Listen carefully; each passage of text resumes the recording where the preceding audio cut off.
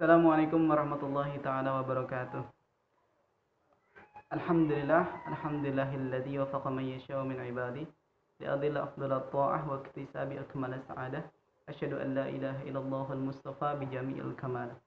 Allahumma shalli ala sayyidina Muhammadin mab'uts ila kafatil ummah wa ala alihi wa sahbihi wa mawalah amma ba'du. Sebelum kita memulai kajian kita pada malam hari ini, mari kita panjatkan puja puji syukur kepada Allah Subhanahu wa taala yang Maha Ghafur, yang mana berkat rahmatnya, berkat kudrahnya, iradahnya, ridhonya Allah Subhanahu wa taala sampaikan kita semua kepada bulan yang penuh berkah ini, yaitu bulan Ramadan. Kita seharusnya bertanya mengapa ketika kita berdoa di bulan-bulan sebelum bulan Ramadan, yaitu bulan Rajab, bulan Sya'ban, kita berdoa Allahumma barik lana fi Rajab wa Sya'bana. Ya Allah berkahkanlah kami, ya Allah berkahkanlah kita di bulan Rajab, berkahkanlah kita di bulan Sya'ban. Tapi ketika kita pengen memasuki bulan Ramadan, kita ganti doa itu. Waballighna Ramadan, dan sampaikanlah kami, sampaikanlah kita di bulan Ramadan. Nah, ini menunjukkan bahwasanya bulan ini penuh berkah. Maka patut sekiranya kita untuk wajib bersyukur kepada Allah Subhanahu wa taala dalam hal ini. Dalam Allah Subhanahu wa taala panjangkan umurnya, dalam Allah Subhanahu wa taala sampaikan kita kepada bulan yang penuh berkah ini. Dan Nabi SAW pernah bersabda ketika Nabi SAW di atas mimbar, Nabi berkata tiba-tiba di tengah khutbahnya, amin, amin, amin 3 kali. Sedangkan maknanya amin adalah istijabatul doa, memohon untuk dikabulkan sebuah doa. Sedangkan dalam khutbah tidak ada yang berdoa sebelumnya. Maka menjadi pertanyaan besar di benak para sahabat saat itu. Sehingga Nabi ketika sudah turun dari mimbarnya ditanya oleh para sahabat, wahai Nabi, engkau mengaminkan doa siapa? Kata Nabi, Sayyidina Jibril alaihissalam telah berdoa 3 kali. Dan doa yang kedua, ya, itu adalah Rogma anfu ad-din adraka Ramadan wa lam tughfar minhu dzunubuhu. Celakalah bagi kaum muslimin yang Allah Subhanahu wa taala sampaikan kepada bulan Ramadan tetapi tetap Allah Subhanahu wa taala tidak mengampuni dosa-dosanya. Nah, ini sungguh menyedihkan sekali ya.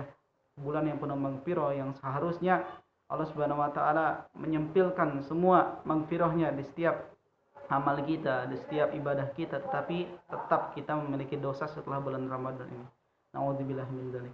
Nah, kemudian kita lanjut kepada kajian kita pada malam hari ini. Sebelumnya juga kita panjatkan Fatihah kita kepada guru-guru kita, masyayikh kita, habaib-habaib kita, khususnya kepada Syekh Muhammad bin Ali bin Muhammad Ba'atiyah selaku guru-guru kita, kemudian selaku juga musannif pada kitab yang akan kita kaji malam ini. Semoga Allah Subhanahu wa taala panjangkan umurnya, berkahkan rezekinya, luaskan segala halnya, kebaikan beliau. Semoga beliau Subhanahu wa taala Allah Subhanahu wa taala istiqomahkan dalam kebaikan, dalam dakwahnya. Kemudian semoga kita semuanya bisa mendapatkan berkah dari beliau. Wa ila hadratin Nabi Mustafa sallallahu alaihi wasallam wa ala alihi wa ashabihi wa zurriyyatihi wa ahli baitihi wa atba'ihi ajma'in wa nakhus min ulama'ina wa syayikhana wa habaibina khususan ila al-habib Muhammad bin Isa al-Muhajir wa ila al-habib Muhammad bin Ali Ba'alawi al-Faqih al-Muqaddam wa ila al-habib Ali Muhdar wa ila al-habib Bakar bin Salim wa ila al-habib Abdullah bin Alwi al-Haddad wa ila al-habib Muhammad Ashraf bin Ta'a al-Haddad wa ila Syekh Muhammad bin Ali bin Muhammad Ba'atiyah wa sallam wa farihim anna Allah yaghfir lahum wa yu'li darajatihim fil jannah وينفعنا بهما بأسرارهم بعلومهم في الدين والدنيا والآخرة. الفاتحة. أعوذ بالله من الشيطان الرجيم. بسم الله الرحمن الرحيم. الحمد لله رب العالمين الرحمن الرحيم مالك يوم الدين إياك نعبد وإياك نستعين اهدنا الصراط المستقيم صراط الذين أنعمت عليهم غير المغضوب عليهم ولا الضالين.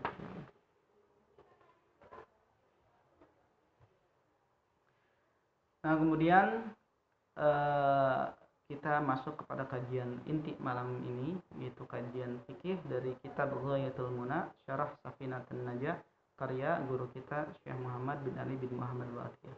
Terjemah beliau mungkin sudah dijelaskan sama ustaz-ustaz kita sebelumnya, jadi kita langsung kepada pembahasannya. Bab yang akan kita kaji itu hanya bab penyempurna dalam penyaluran zakat, yaitu zakat-zakat yang telah dibahas oleh ustaz-ustaz kita sebelumnya. Jadi kita hanya membahas tentang bagaimana cara menyalurkan zakat tersebut.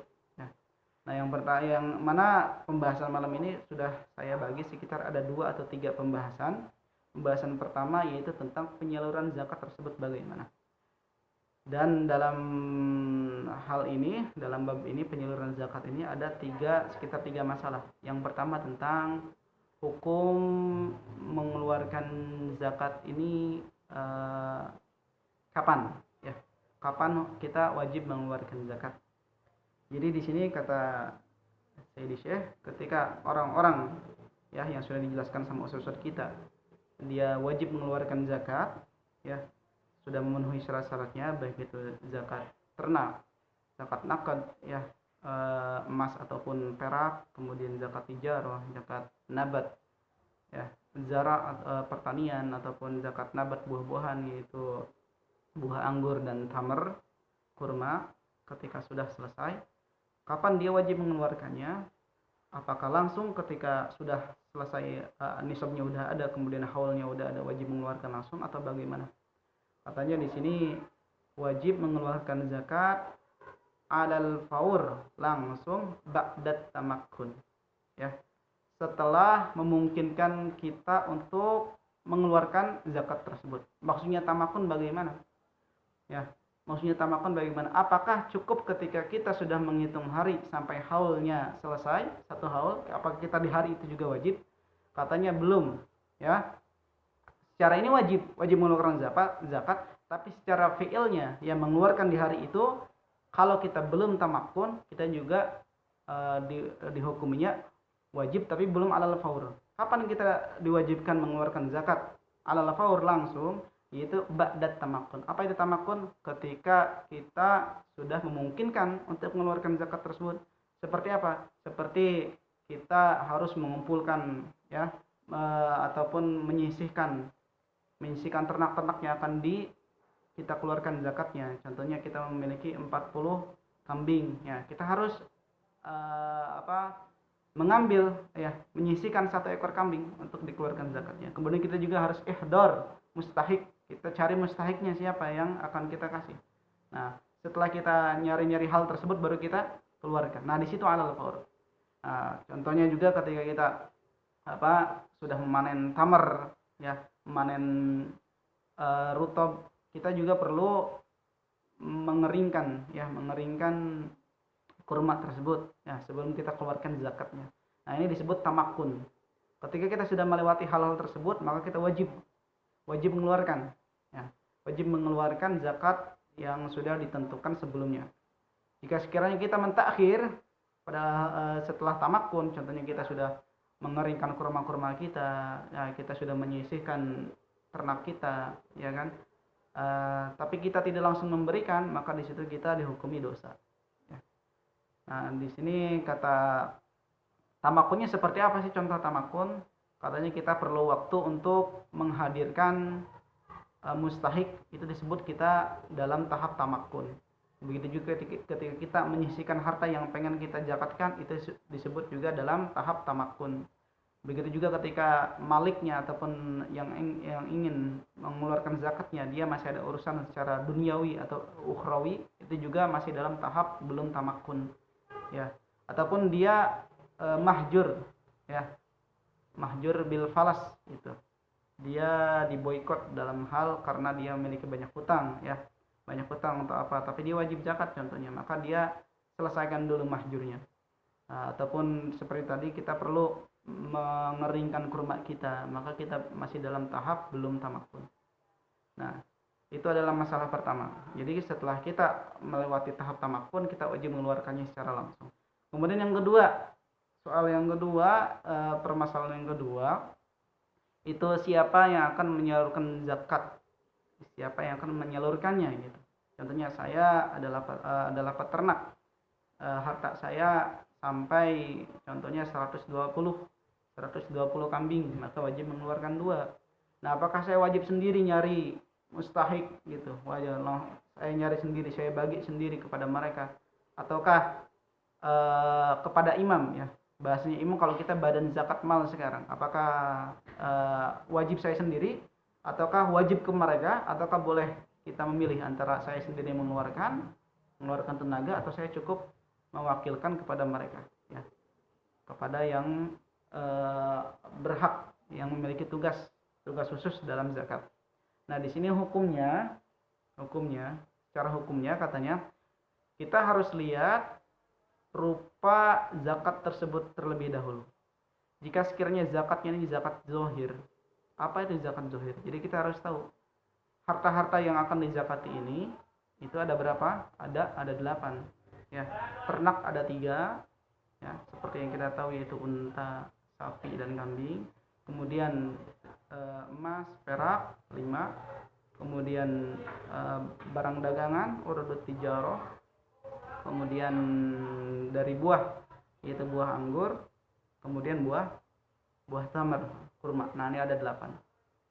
Di antara 8 ini terbagi jadi 2. Ada yang disebut zakat zohir, ada yang disebut zakat al-batin. Ya. Apa yang dimaksud dengan zakat zohir, zakat batin? Itu yang biasanya kalau zohir ini yang nampak oleh orang-orang, yang terlihat oleh orang-orang. Seperti zakat apa? Zakat ternak. Ternak kita pasti kita simpan di luar, nggak di dompet kita, nggak di ruang kita, di rumah kita. Jadi terlihat sama orang. Kemudian hasil panen juga di luar, ya kan? Buah-buahan itu di luar. Makdin juga itu maksudnya di luar katanya, zakat zohir. Nah, hukum kalau jika sekiranya orang yang wajib mengeluarkannya ini adalah zakat-zakat yang zohir seperti ini, ternak, hasil panen, buah-buahan, ataupun makdin. Apa itu makdin? Mastukhrija min makanin khalaqallahu ta'ala fihi. Yaitu makdin ini adalah emas ataupun perak yang mana kita dapat dari tempat yang Allah Subhanahu wa taala ciptakan di situ. Ya, seperti tambang emas. Nah, ini maksudnya katanya zakat zohir. Nah, ketika yang kita wajib keluarkan adalah zakat yang zohir seperti ini, apakah wajib kita sendiri ataukah kepada imam atau badan zakat mal yang kita kasih? Katanya kita lihat terlebih dahulu, apakah yang bersangkutan seperti imam ataupun badan zakat mal ini meminta dari kita? Ya, tugas mereka kelihatan minta kepada orang-orang yang sudah haul, yang sudah sampai nisab. Meminta atau tidak? Jika sekiranya mereka meminta, kamu sudah sampai nisab dan kamu sudah haul contohnya, kamu wajib zakat. Nah, maka kita wajib memberikan ya zakat kita kepada mereka, biar mereka yang mentasarrufkan kepada mustahiknya, ya, kepada orang-orang yang berhak mendapatkannya. Nah, itu yang afdalnya, ya, itu yang afdalnya. Nah, kemudian jika sekiranya mereka tidak minta, hukumnya gimana? Nah, jadi ada badan zakat mal, ada imam, tapi mereka nggak minta dari kita, nggak minta zakat, mengeluarkan zakat. Maka hukumnya di sini boleh takhir, boleh kita memilih antara kita sendiri yang mengambil tindakan mengeluarkan zakat, membagi-bagikan zakat, ataupun kita meminta mereka untuk mentasarrufkan zakat kita. Nah, ini bagi jika sekiranya zakatnya zohir, ya, zakatnya yang zohir, yang berupa tadi ternak, kemudian hasil panen, kemudian buah-buahan dan barang tambang yang kita temukan, ya. Kemudian jika sekiranya zakatnya ini zakat yang batin, seperti apa? Seperti emas, perak yang kita simpan di rumah, kemudian rikaz, ya, rikaz ini adalah seperti dafinul jahiliyah, itu kita menemukan barang-barang dari pendahulu kita berupa emas ataupun perak, ya. Sering kita lihat di berita-berita, ya, ada penemuan tentang barang-barang antik yang berupa emas. Nah, ini disebutnya rikaz. Ini disebutnya kepada malul batin ataupun zakatul batin. Begitu juga urudut tijarah, ya, barang dagangan. Ini termasuk zakatul batin karena orang nggak lihat dari luar. Nah, hukumnya gimana? Apakah kita sendiri yang mengeluarkan zakatnya atau tidak? Hukum aslinya imam tidak boleh meminta zakat batin untuk mengeluarkan zakat batin, ya, imam, karena ini kita nggak tahu dia ini apakah sudah sampai nisabnya atau enggak gitu. Sebenarnya imam ataupun badan mal tidak punya hak untuk meminta mengeluarkan zakat dari orang-orang tersebut yang memiliki nakad ataupun rikaz ataupun urud tijarah. Tapi jika sekiranya mereka minta, kita juga boleh selaku yang wajib mengeluarkan zakat, boleh kita memberikannya kepada mereka supaya mentasarrufkan kepada yang mustahik, ya, supaya menyalurkannya kepada yang berhak. Itu boleh hukumnya. Nah, ini hukumnya. Kita ulang bahwasanya siapa yang akan menyalurkan zakat kita, nah, jika sekiranya kita wajib mengeluarkan zakat, itu kita lihat secara harta kita sendiri, secara harta yang kita kelola. Apakah hartanya zohir seperti ternak, kemudian hasil panen, kemudian buah-buahan ataupun barang tambang yang kita tambang, itu jika sekiranya badan zakat mal ataupun imam meminta dari kita secara langsung, maka kita hukumnya wajib mengasihkan kepada mereka supaya mereka mentasarrufkan, menyalurkan kepada mustahiknya. Nah, jika sekiranya mereka tidak minta, maka kita ada pilihan, boleh memilih antara kita sendiri yang mengambil tindakan menyalurkannya atau kita memberikan kepada badan zakat mal ataupun imam. Tapi jika sekiranya zakat ini zakat batin, jika sekiranya mereka meminta, boleh. Ya. Jika sekiranya mereka minta, boleh. Tidak wajib kita memberikan kepada zakat mal. Kalau kita mau langsung saja sama kita sendiri yang menyalurkannya, itu boleh. Bicara tentang afdal, masalah ketiga, afdalnya gimana sih? Apakah kita sendiri? Ya, kalau tadi kita bicara secara hukum, sekarang kita bicara secara afdal. Apakah kita sendiri ataukah lebih baik kita berikan kepada imam atau zakat atau badan zakat mal? Nah, katanya di sini ada dua pendapat Imam Nawawi. Imam Nawawi ini berkata dalam Minhaj, katanya yang afdal ini biarkanlah imam ya yang menyalurkan zakat kita, biarkanlah imam sendiri, karena dia otomatis lebih tahu tentang ahwal orang-orang mustahik ya di masyarakatnya, karena dia seharusnya yang namanya imam tahu kondisi masyarakat. Jadi lebih baik beliau ya ataupun badan zakat mal yang menyalurkannya secara langsung, kecuali kalau imamnya ini jair. Apa itu jair? Agak melenceng dalam hukumnya, dalam menyalurkannya ya, dalam pemerintahannya. Kalau kita ya, kalau jika sekiranya agak melenceng, agak kurang, contohnya banyak desas-desus, banyak gosip, ini kata Imam Nawawi dalam Minhaj, itu ya udah kita sendiri yang menyalurkan. Tapi katanya dalam Majmu' Imam Nawawi berkata, jika sekiranya malnya ini malnya yang zohir, yang tadi yang kata saya itu seperti binatang ternak yang terlihat oleh orang-orang, binatang ternak hasil panen, kemudian buah-buahan, itu walaupun imamnya ini banyak desas-desus, kurang amanah, itu kita juga afdalnya kasih ke dia. Karena kenapa? Karena untuk khianah dalam hal yang zohir itu sedikit lah, kayak bukan mustahil, ini peranannya ini mungkin lebih ke terlihat sama orang-orang, jadi nggak mungkin dia khianat gitu. Itu ada dalam Majmu' Imam Nawawi, Syarah Muhadzab ya. Syarah Muhadzab karya Imam Syirazi. Nah, jadi untuk kata Imam Nawawi dalam Majmu', jika sekiranya harta zakat ini yang zahir ya tetap afdal imamnya walaupun dia ini kurang amanah, jair ya. Nah, ini ya itu adalah pembahasan pertama tentang penyaluran zakat. Nah, kemudian kita masuk ke pembahasan kedua tentang niat zakat ya. Tentang niat zakat, katanya kapan kita wajib niat, yaitu ketika kita mengeluarkan zakat tersebut. Wajib semua niat itu mahalnya atau tempatnya kapan? Di hati. Nah, jadi ketika kita biasanya kalau di kampung-kampung itu ditalkin, dilapatkan oleh ustadz kita, oleh kiai kita di kampung, biasanya nawaitu, kita ikuti an ukhrija zakat al-fitri. Itu seharusnya jangan cuma lisan, hati juga mengikuti. Ya, hati juga mengikuti. Karena kalau talaffuz bil lisan dalam niat itu hukumnya sunnah. Yang wajib apa dalam hati? Ya, jika sekiranya dia cuma lisan saja maka enggak sah zakatnya. Bagaimana niat zakat? Banyak biasanya. Yang masyhur yaitu nawaitu an ukhrija zakat al-fitri li nafsi atau li ahli gini. Lillahi ta'ala, itu yang masyhur. Tapi cukup kita berniat saya mengeluarkan zakat saya ya.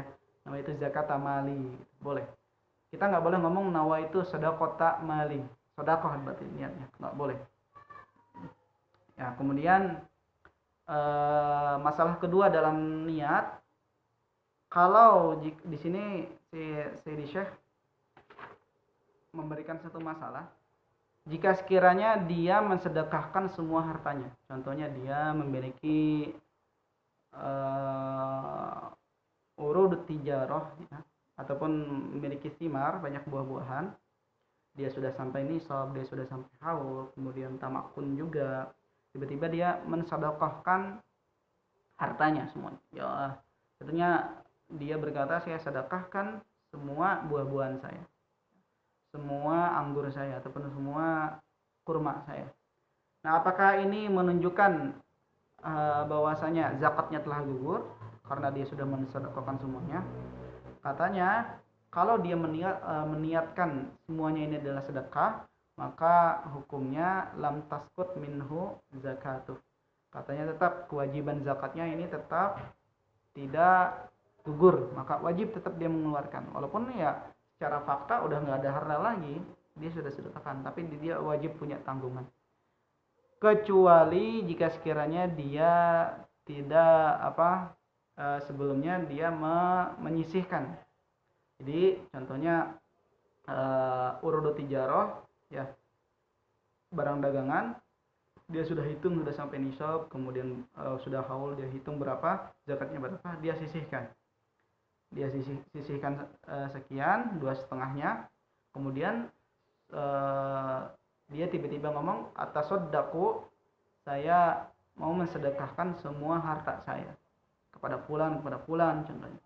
Maka hukumnya yang dia sisihkan ini keluar dari sedekahnya, yaitu yang dia niati zakat. Jika sekiranya dia meniatkan, ketika dia menyisihkan dia niatkan ini untuk zakat. Jadi kita ulang, ketika ada orang mensedekahkan semua hartanya padahal dia wajib zakat, jika sekiranya dia tidak menyisihkan, maka dia tetap wajib zakat. Ya. Jadi kewajiban zakatnya tidak gugur.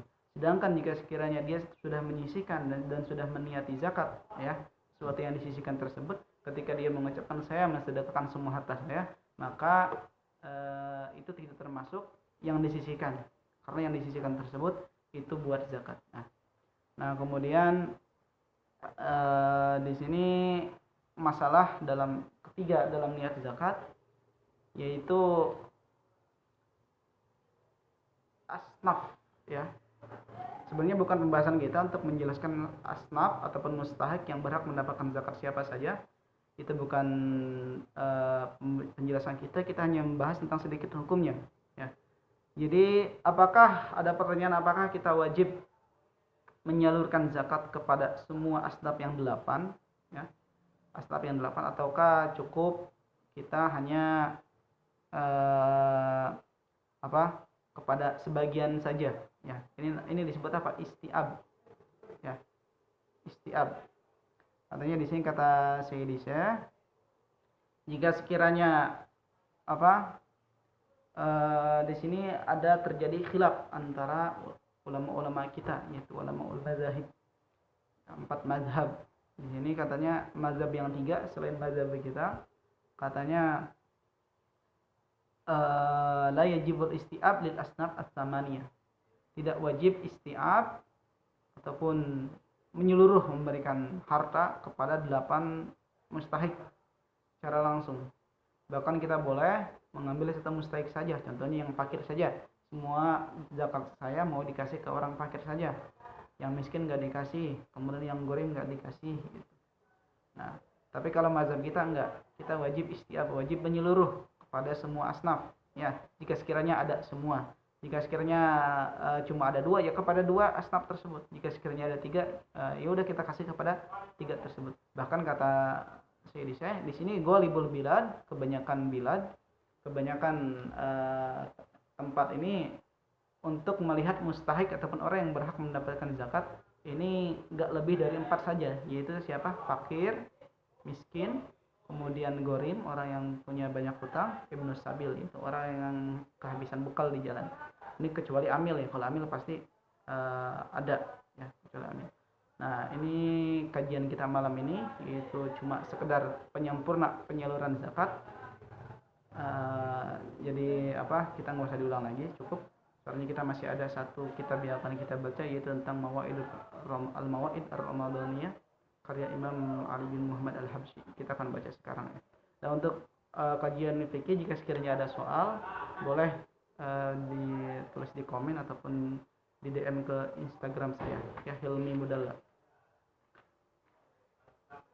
Kemudian untuk al-Mawaid ar-Ramadaniyah karya Imam Ali bin Muhammad al-Habsyi, ini saya pribadi tidak ada kitabnya, adanya cuma sekedar PDF karena kitabnya masih dalam perjalanan dari kargo, ya. Bismillahirrahmanirrahim. Untuk terjemah Al-Habib Ali bin Muhammad Al-Habsyi sepertinya sudah diterjemahkan sama ustaz-ustaz kita sebelumnya, dalam awal-awal al-mawaid, kajian mawaid ar-ramadhaniyah ya. Dan kajian ini biasanya kita baca setiap sore sebelum takjil ya. Sebelum takjil kita baca, kita istiqomah baca supaya kita mendapatkan berkah. Kemudian sekarang Al-Maidah Ar-Rabi'at Asyar. Al-Maidah ini artinya apa? Asupan, makanan, asupan. Asupan di malam ke-14 ya, dalam kitab Al-Mawaid Ar-Ramadhaniyah karya Imam Sayyidul Habib Ali bin Muhammad Al-Habsyi. Wa qala radhiyallahu anhu, beliau berkata, pada malam 14 ini, itu tepatnya pada tahun 1327 Hijriah, ketika ada muridnya yaitu seorang Sayyid Hamid Al-Bar membacakan sebuah kitab kepada gurunya yaitu Sayyid Ali bin Muhammad Al-Habsyi. Kemudian beliau, muridnya itu Habib Hamid Al-Bar, meminta penjelasan, meminta nasihat ya, nasihat dari gurunya setelah dibacakan sebuah kitab kepada beliau. Nah, kemudian Al-Habib ya, kemudian Habib memberikan doa, sebuah doa supaya Allah Subhanahu wa taala memberkahkan kehidupan Sayyid Hamid Al-Bar. Allah yubarik li Hamid Al-Bar fil mal wal iyal, baik dalam harta, dalam keluarga.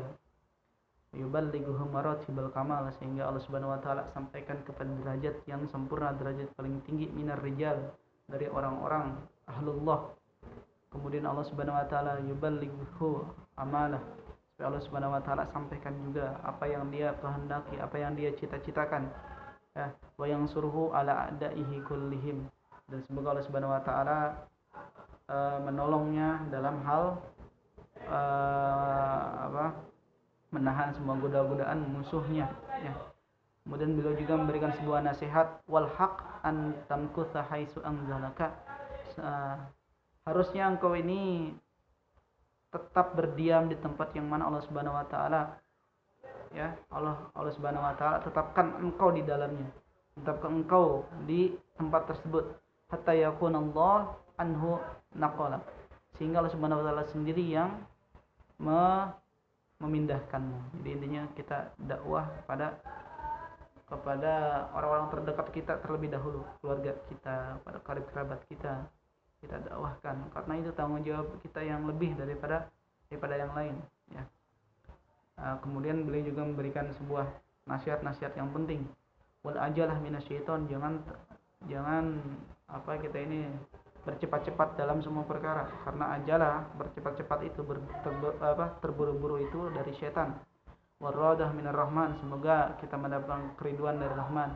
Wa anta qaddaka ala halatin jamilatin wa baki 'alaiha tusalli wa tasum rizqullah, kalau engkau ingin dalam keadaan baik selalu ya, dalam keadaan keriduan Allah Subhanahu wa taala selalu, maka selalu ibadahlah, salatlah, kemudian puasalah, zikirlah kepada Allah Subhanahu wa taala, dan istiqomahkanlah engkau dalam bersolat kepada Nabi sallallahu alaihi wasallam. Maka ketika engkau istiqomah, wa malikun sayatika wal matlubu lahu halu ma'lum, ketika engkau istiqomah dalam hal tersebut, maka raja akan datang kepadamu, maka semua apa yang kau inginkan, yang kau cari, itu akan Allah Subhanahu wa taala berikan. Nah, kemudian beliau juga Sayyid Ali Al-Habsyi menceritakan sebuah kisah tentang seorang muridnya yaitu Darwish ya. Katanya summa qala radhiyallahu ta'ala al-yawm kharaja min indi ad-darwish, hari ini telah datang Darwish kepadaku. Telah datang kepadaku, itu salah satu muridnya beliau. Kemudian Darwish ini menceritakan kepada Sayyid Ali Al-Habsyi tentang pengalamannya sebelum jadi murid beliau. Qala li ya sayyidi, wahai guruku, li ishrina sana fit tajrid atlubu ziyadah wala wajadtuha, aku ini sudah uzlah, sudah mencari dalam pencarian dalam mencari hakikat ya, selama 20 tahun, mencari ilmu, mencari sir selama 20 tahun. Tapi dalam 20 tahun tersebut saya benar-benar tidak mendapatkannya sama sekali, tidak mendapatkan apa yang aku inginkan. Wa kharajtu ila indak ma'murun. Tiba-tiba aku diperintahkan untuk menuju kepadamu, ya, untuk menjadi muridmu. Syubna bagai tasir min indik, ya. Jadi saya lihat sekiranya saya akan mendapatkan, jika sekiranya saya datang kepadamu, saya akan mendapatkan sir ilmillah dari junjunganmu, ya. Kemudian katanya sebelumnya saya merasakan ada nur al-Muhammadi, saya didatangi oleh nur Muhammad, ya, yashruqu ala qalbi, datang kepada hatiku, wa yamtaju bilahmi wa dami wa sya'ri, kemudian menyebar kepada seluruh anggota badanku dari mulai daging, kemudian darah, rambut, bahkan kulitku. Wa qaddali sanah munzu umirtu bil khuruj ilaik, ya, sehingga menuntunku, ya, selama 1 tahun sebelum saya diperintahkan untuk datang kepadamu. Jadi selama 1 tahun sebelum diperintahkan untuk berguru kepada Sayyid Ali Habsyi, Syekh Darwis ini beliau ada dalam lindungan ataupun bimbingan Nur Muhammad. Wa kharajtu, setelah kemudian wa qalat li, setelah 1 tahun Nur tersebut berkata, in bagoi tasir, jika sekiranya engkau menghendaki sir, ukhruj ila inda Ali Habsyi, maka keluarlah, maka masuklah engkau sebagai murid Ali al-Habsyi. Akhrajtu atrafal buldan wa as'ala ankum, sehingga saya waktu itu keluar mencari engkau. Nah, ini jadi Sayyid Ali al-Habsyi menceritakan tentang bahwasanya beliau ini adalah salah satu daripada rijalullah, ya, babullah, orang-orang yang Allah Subhanahu wa taala kasih khas, Allah Subhanahu wa taala berikan kekhususan, ya, berikan kekhususan. Bahkan beliau dalam Maidah yang 14 ini, asupan ke malam 14, beliau pernah berkata, lau khayyirtu baina salamah minal ma'asi wal quwwah 'ala ta'ah la akhtartu salamah minal ma'asi. Jadi ini salah satu nasihat beliau kepada Sayyid Hamid Al-Bar. Jadi ketika engkau diberikan sebuah pilihan untuk engkau lebih memilih selamat daripada maksiat, ataukah lebih memilih untuk Allah Subhanahu wa taala berikan kekuatan untuk ketaatan, maka pilihlah engkau keselamatan dari maksiat. Karena tidak semua orang yang memiliki ketaatan yang kuat, dia tidak terlepas dari maksiat Allah. Nah, ini juga penting bagi kita menjalankan ibadah bulan Ramadan supaya kita terbebas dari maksiat Allah Subhanahu wa taala. Nah, itu saja yang bisa saya sampaikan dalam kajian malam ini. Semua yang ada benarnya ini mutlak datangnya dari Allah Subhanahu wa taala, dan jika sekiranya ada salahnya itu dari kesalahan saya pribadi, ya, kita tutup doa majelis ini dengan doa kifaratul majelis, subhanallah bihamdihi subhanakallahumma wa bihamdika asyhadu an la ilaha illa anta astaghfiruka wa atubu ilaik. Assalamualaikum warahmatullahi taala wabarakatuh.